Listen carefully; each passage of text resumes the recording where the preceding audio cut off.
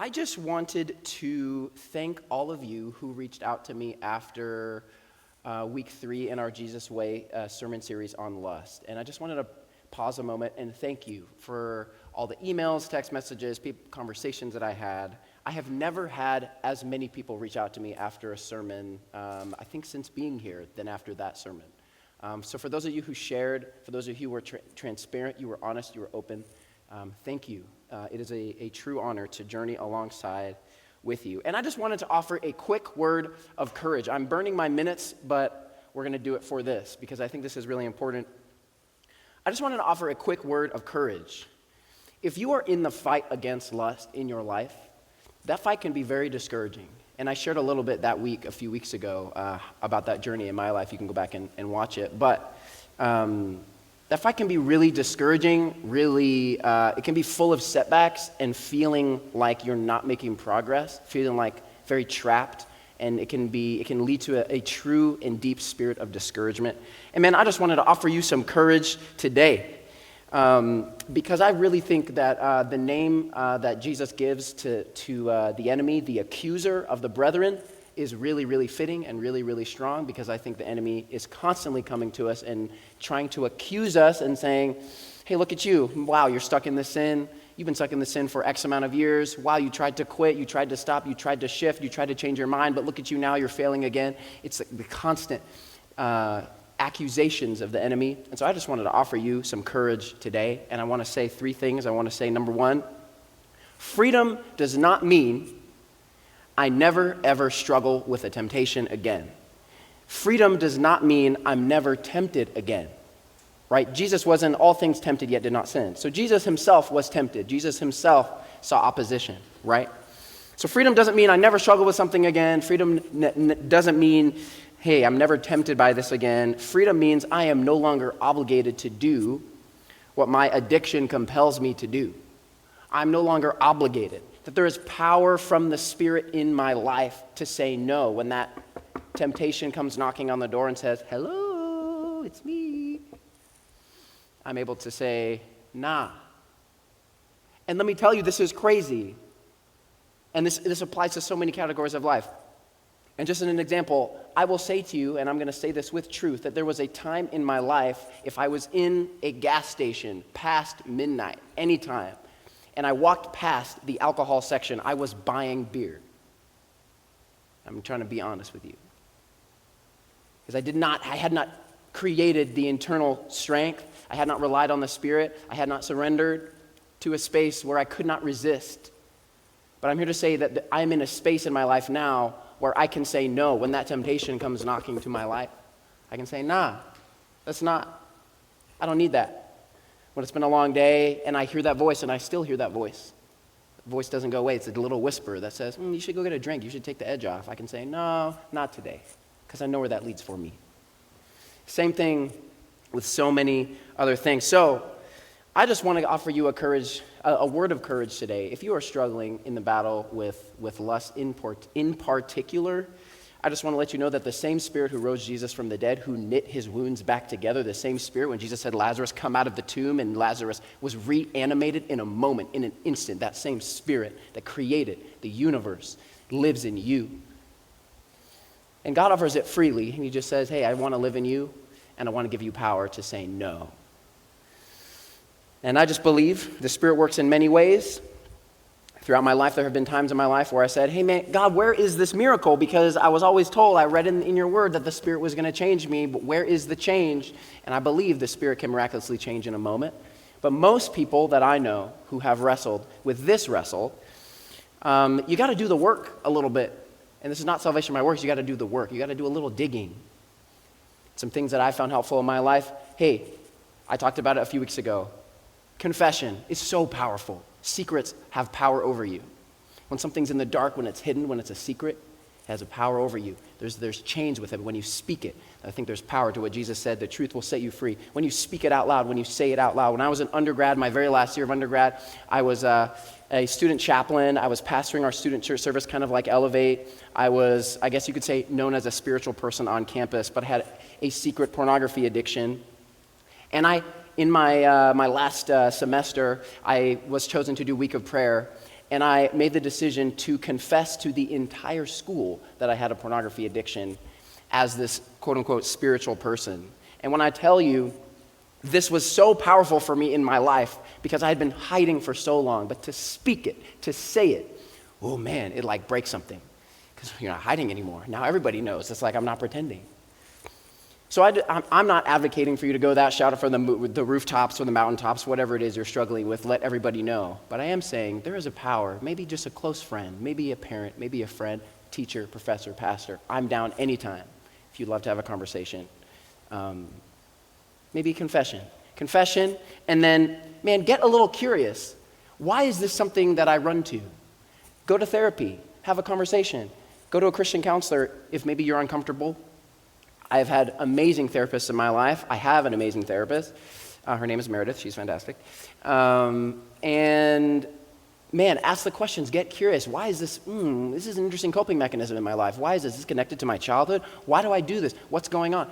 Get a little curious about it. Anyway, I wanted to share those things. I burned a few of my minutes talking about that, but I feel like it's really important because I know a lot of the students, you guys weren't here that week. So I just wanted to reiterate on that. If you are struggling, if you're in the fight, you're in the struggle, and it's a secret struggle, I am encouraging you, man, step into the light. There is freedom when you step into the light. And many of you have had conversations with me where we talked about that, and it's been great. As always, my promise, finally, my final point, then we'll move on. My promise to you, if you ever want to come to me, Pastor Anthony, and confess something that you're struggling with, just like Jesus never weaponizes shame as a motivation for us to change, I will never shame you. We listen and we don't judge. Classic. And that's my motto as of right now. Anyway, enough of that. It's a little bit of a spiel. Let's pray and dive in. Jesus, thank you so much for your love. Thank you that you're here. Thank you that your presence is a promise, God, to us. Would you give us tender hearts today? That was a heavy topic, a heavy moment to start with, God. So let us just collectively take a breath. Thank you, God, that you're here, that your Spirit is with us. Would you lead us today? Give us tender hearts for you. We pray this all in your name. Amen. Are you guys ready? I went from one serious topic. I love that topic in particular. It gets real quiet in the room. I don't know if you noticed that. It got real quiet in the room. But we're going to go from one serious topic to another serious topic. I want to talk about nuclear explosions. And that's where I want to go next. Follow with me on this little story of Chernobyl. Have any of you seen HBO's documentary on Chernobyl?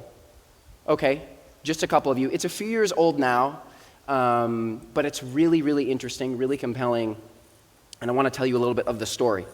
On April 26, 1986, at 1:23 in the morning, while almost everybody else was asleep, a catastrophe the world had essentially never seen was brewing at the Chernobyl nuclear power plant in Soviet Union, Russia. During a routine safety check to see what would happen if the power went out, a small group of plant workers realized something was very wrong. You see, reactor 4 was power spiking to very dangerous, unprecedented levels, causing the operators to realize that somewhere along the way they had made a mistake. Now, according to accounts, they backtracked trying to figure out what did we do wrong? What actually happened here? But by then, it was too late. And when reactor number 4 exploded, the blast released massive amounts of radioactive material into the surrounding area and the atmosphere, leading to widespread radioactive contamination, long-term health effects, and the evacuation of thousands of people. Valery Legasov, the lead scientist placed in charge of a task force to investigate this accident. He played a crucial role in uncovering what exactly went wrong here. What happened to lead to such an incredible, disastrous explosion? And what he found was a lot of things. A lot of things went wrong. Legasov found multiple layers of mistakes, incompetence, and worst of all, cover-ups and lies. Mistakes that went all the way from the workers on duty that night all the way to the highest level of the Russian government. The HBO docuseries, Chernobyl, documents kind of a dramatized version of these events. So they take some creative liberties. If you do watch it, just know they're hiking up the drama a little bit to make it a little more entertaining. But it's pretty accurate. And there's even a podcast that goes along with it, which is pretty interesting, where they talk even more about it. But Legasov's story is pretty interesting because the process of investigating this event that took place at Chernobyl leading to this crazy radiation malfunction, it was so taxing on him that 2 years later he ended up taking his own life. And afterwards, they found in his apartment these tapes that he had recorded where he had documented everything that had happened, all the ways that he was silenced and was attempting to tell the truth of what had happened. And I want to read a quote to you, and this is how he opens those recordings that they found in his apartment. He says, "What is the cost of lies? It's not that we'll mistake them for the truth. The real danger is that if we hear enough lies, then we no longer recognize the truth at all." As some of y'all know, we have been journeying together the past few weeks in a sermon series called The Jesus Way. We're talking about, man, what does it look like to live within the way of Jesus in the world of many different other ways? And this week, we are once again delving into the Jesus Way. We've hit a few different topics, and this week begins kind of a triad, you could say, or a triplet, where Jesus is addressing specifically how do we be people of the kingdom in relationship with other people, especially when conflict arises between us. And so he has three, you could almost call them like case studies or examples of different scenarios that might take place. And this week, we were talking about oaths. Let's read Matthew 5:33 to 37, just so we're on the same page once more. He says, you have heard that it was said to those of old, you shall not swear falsely, but shall perform to the Lord what you have sworn. But I say to you, do not take an oath at all, either by heaven, for it is the throne of God, or by the earth, for it is his footstool, or by Jerusalem, for it is the city of the great king. And do not take an oath by your head, for you cannot make one hair white or black. Let what you say be simply yes or no. Anything more than this comes from evil. So, what's going on? This is an interesting part of Scripture, and I feel like for me, growing up reading this, I was always like, okay, what is he talking about? Is he just talking about I shouldn't say, I swear on my mom that I'm going to do my homework? What is he talking about here? I remember when I was in middle school, I had a friend who would always say, man, I swear on my grandma. He would say that all the time. I swear on my grandma. I'm not lying. I swear on my grandma. As if kind of invoking the name of his grandma, who was a saint, by the way. She was fantastic. Would somehow create trust, cause us to believe him even more when he would say outlandish things. He's like, no, I swear on my grandma that I can fly. I'm like, bro, you don't swear that on your grandma. You can't fly. What are you talking about? So what is going on here? Well, I want to give you a little bit of cultural context, as we often do. So as we kind of try and understand what's happening here, just a quick reminder. He's announcing what the way of his kingdom looks like. Right? And to Jesus, the way of the kingdom is extremely attached to the Old Testament, to the Torah, to the sacred scriptures of the Jewish people, right? So he's pulling things out of the Torah, but then he's going deeper. He's showing us how these things that we see, they were communicating God's wisdom, but there's an underlying layer of even deeper wisdom that he's inviting us into, a higher calling. And so, Jesus does that yet again with oaths. He quotes the Old Testament, and on first glance it seems like he's quoting a verse, but he's actually kind of amalgamating a few different verses here, one from Numbers, Deuteronomy, one from Leviticus, and he's kind of synthesizing them in order to say, hey, remember in the Old Testament there are multiple places where it says, man, be careful the oaths that you make. Be careful to perform what goes out of your lips. According to Deuteronomy. That's the exact quote. Some of you probably remember from the Ten Commandments. What's one of the very first 10 commandments? Do not take the Lord's name in vain. This is what this is sort of getting at. Don't take the Lord's name in, don't just invoke God's name out of nowhere. I swear by Yahweh that I will do this thing. And what we find is in Jesus' time and in the time of the Old Testament, this was a pretty common practice. Now, there are two types of promises in the Old Testament. We're not going to get lost in the weeds today, for the sake of time, but there's two types of promises that you would make in the Old Testament. One was a promise between you and God, and this was a promise that you would say, I swear to the Lord that I would do this.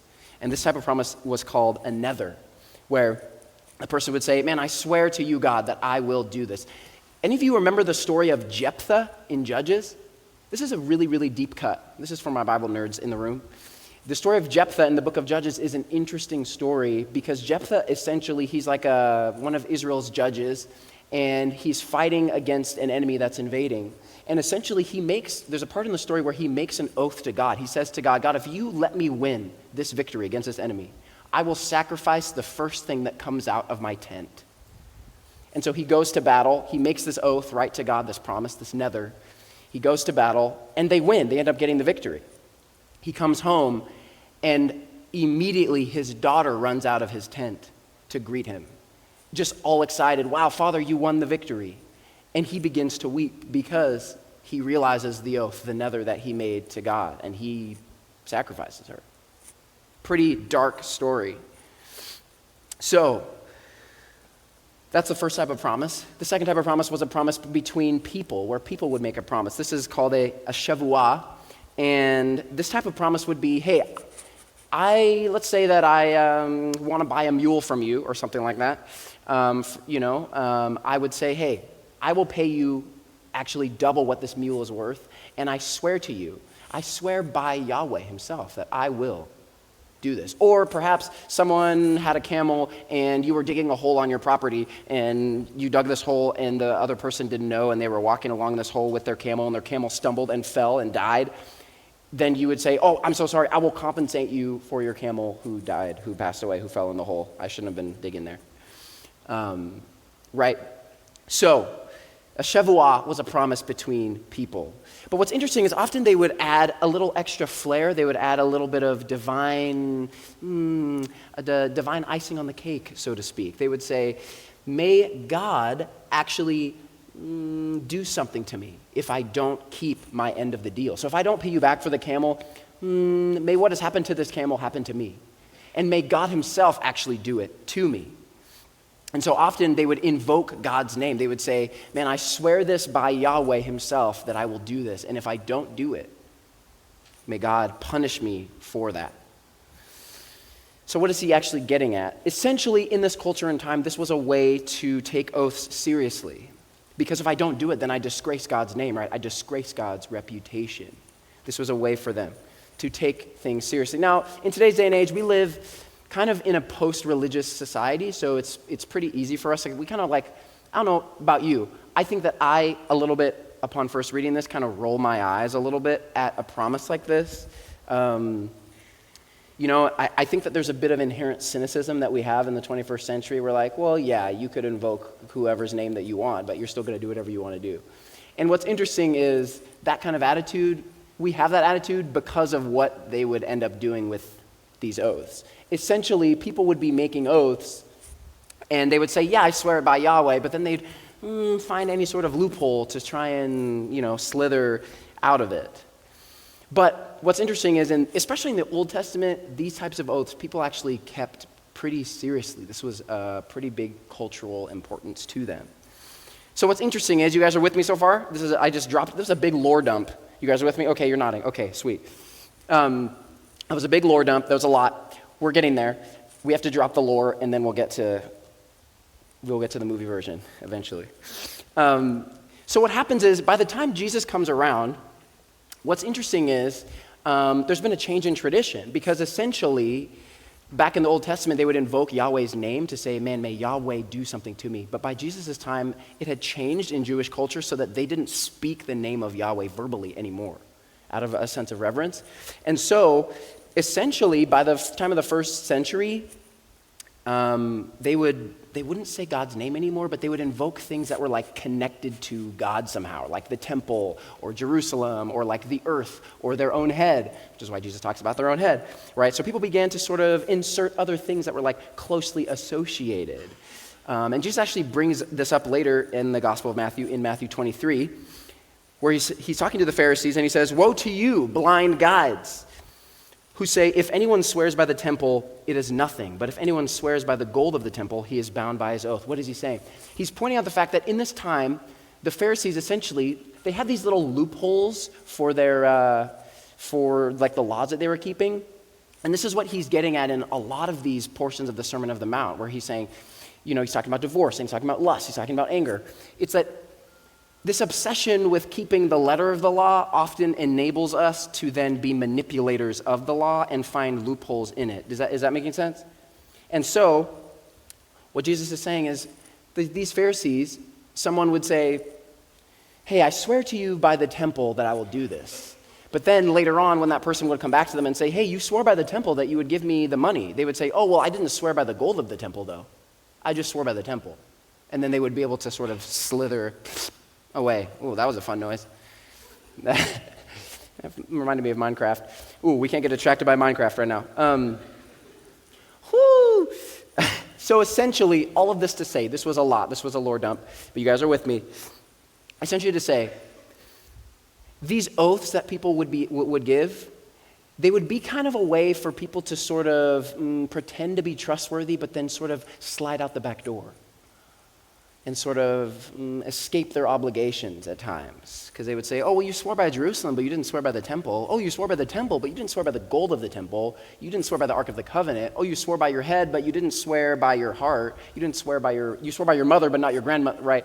It's just an easy way to sort of pretty much not be a person of integrity. And so Jesus says, hey, don't do that. Just say yes or say no.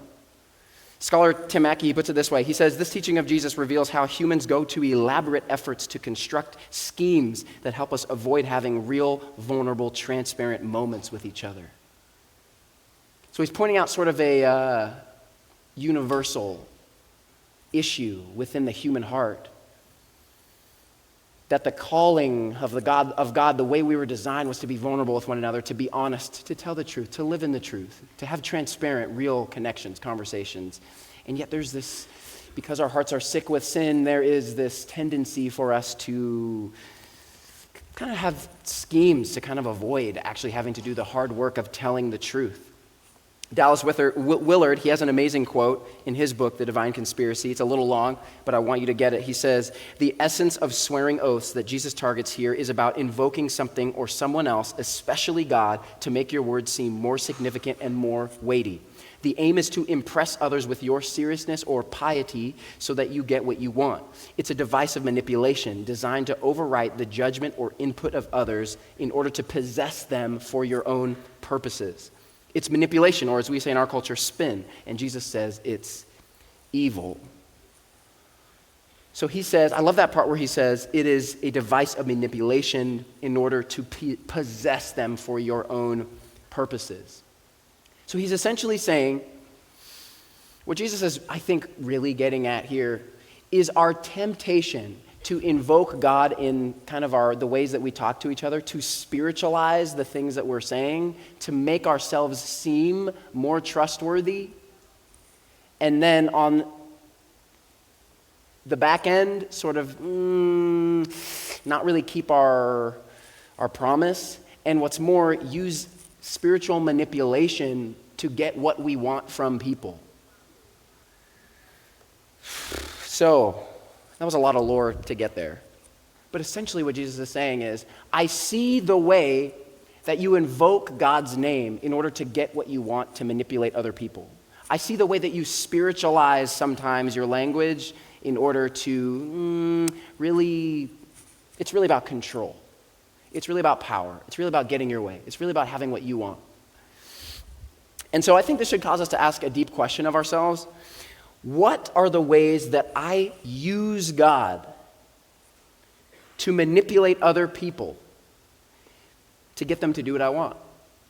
What are the ways that I use God? What are the ways that I use my faith? What are the ways that I use spirituality in order to manipulate other people? This is a really, really deep question. I think this is a question for us to ponder a little bit.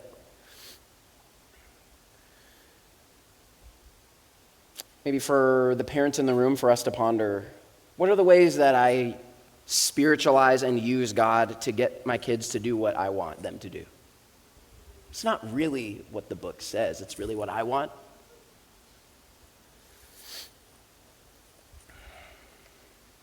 For those in relationships in the room, what are maybe the moments and the times that I've really wanted my partner to change. I really wanted them to do something different.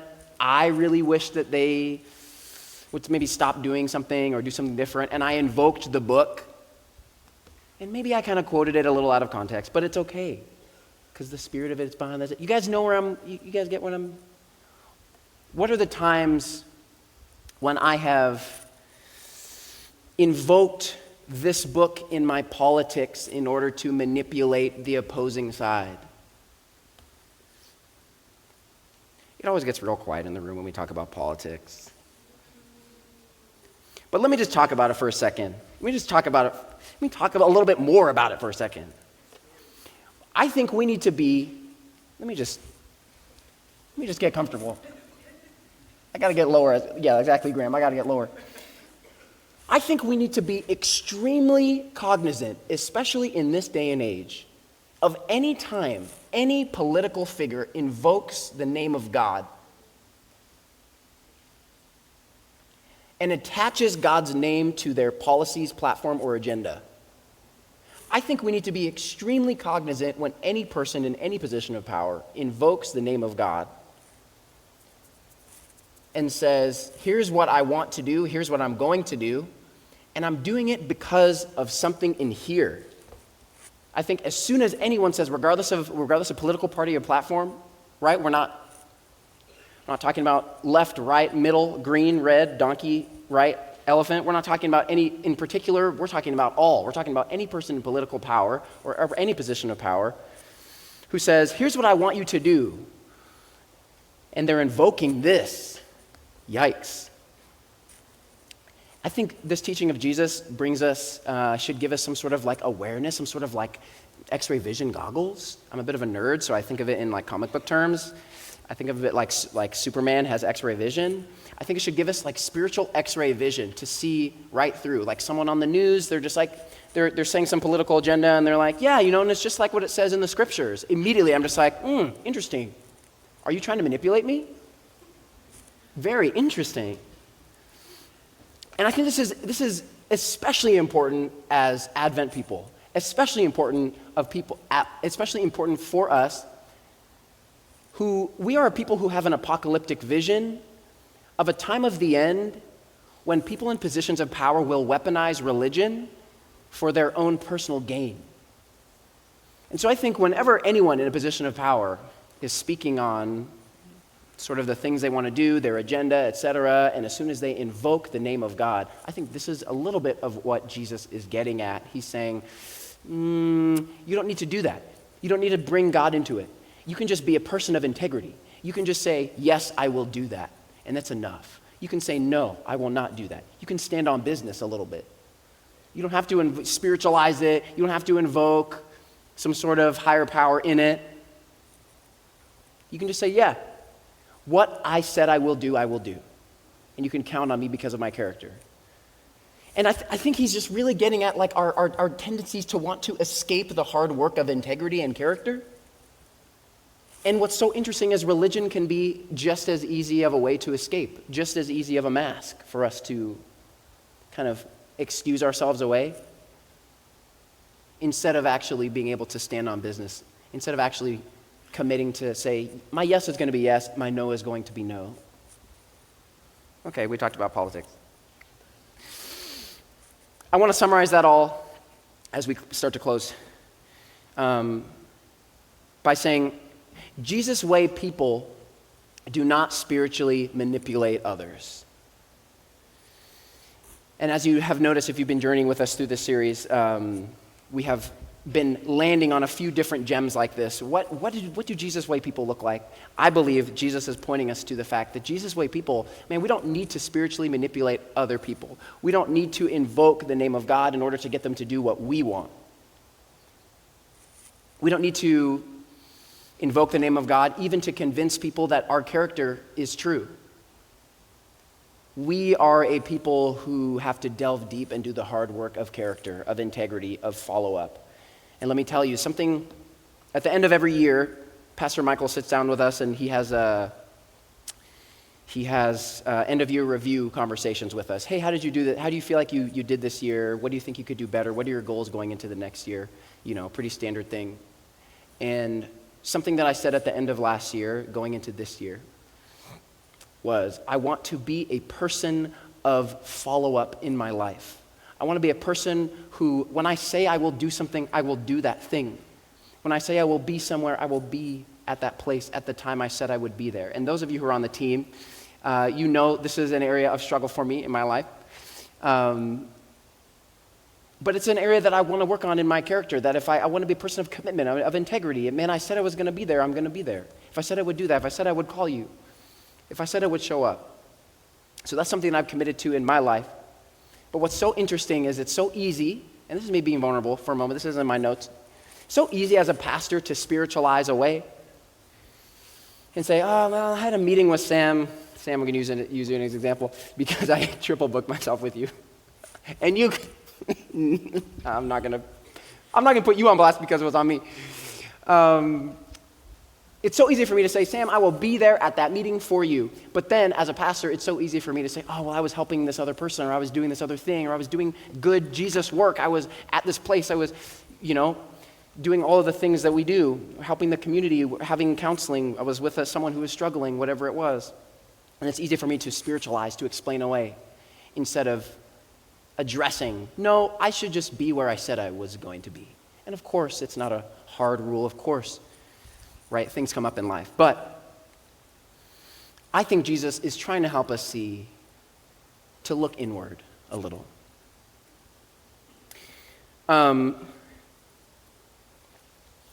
I want to end with a story. I think I have a picture of two of my dearest friends. This is Keith and Cecilia.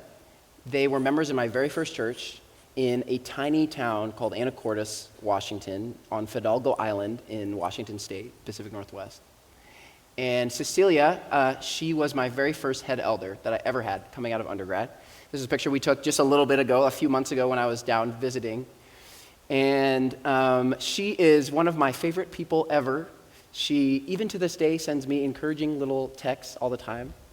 And I want to tell you a little story of an interaction I had with her. We used to have these weekly meetings where we would meet together.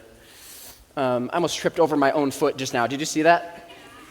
Whew, that was risky because I just sprained this ankle. Some of you guys know, but I'm not limping anymore. But we're getting distracted. We're in our last few minutes. I used to meet with Cecilia weekly for weekly check-ins. She was my head elder, and she wanted to know, hey, how are things going? Anything I can help with? What are you working on? Let's pray together. Fantastic. And I used to be consistently late to these meetings all the time, like every single one. I was never on time for these meetings. I was always late, 5, 10, 15 minutes late all the time. And I remember one time, after weeks and weeks of this, I walked into my office and I sat down. She was sitting there already, and it was interesting. It was almost like a movie scene. I walk in, the lights are off, but she's in a rocking chair in the corner. It's like one of those scenes. You walk in, and like the villain is already in the room, and they're just like, Mr. Anderson, and you're, So I was like a little caught off guard, and I was like, oh, I didn't know you were here. And she didn't say anything, and I was like, something's off. So I sat down, put my stuff down. I said, hey, are you okay? Like, what's going on? And she said to me words that have stuck with me for many years. She said, you're late because you believe that you can manipulate me. She said, you know that I love you, and so you think you can get away with not respecting me. You are tricking me into thinking that you respect me, but you don't. And I just need you to know that. And I was stunned because she was right. I knew that I had a level of relational rapport with her that I could be late and she would forgive me. I knew that I was likable enough. I knew that I was charismatic enough. I knew that I was her friend enough that I could get away with it. But she called me out, and I'm so grateful that she had the courage to speak that truth into my life, that she had the courage to say to me, hey, this is an area in your character, and I love you, and so that's why I'm saying this. And so I had to reflect. I was a bit cowed in the moment. I had to reflect. I had to think about, man, why do I do this to people? Is that true that I think I'm likable enough that I can get away with not respecting people's time? And I realized, yes, that is a truth in my life. And so over the years, I've had to address this. I've had to work on it, something I'm still working on.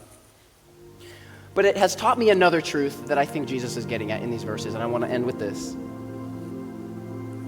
Jesus' way people are radical truth facers. Not only truth tellers, but they're radical truth facers. They have the courage to face the truth in their own life. And so my invitation for you maybe this week is maybe pause, ponder, what are the ways in which I have been avoiding a truth? What are the ways in which I have been avoiding facing something in my life? What are the ways in which I have been not having the courage to tell the truth? And maybe it's not to someone else, maybe it's just to you. Because I think that's what Jesus is inviting us into. To do the work, to delve deep, to ask yourself the hard question, to go deeper than the surface level, to tell the truth. Amen.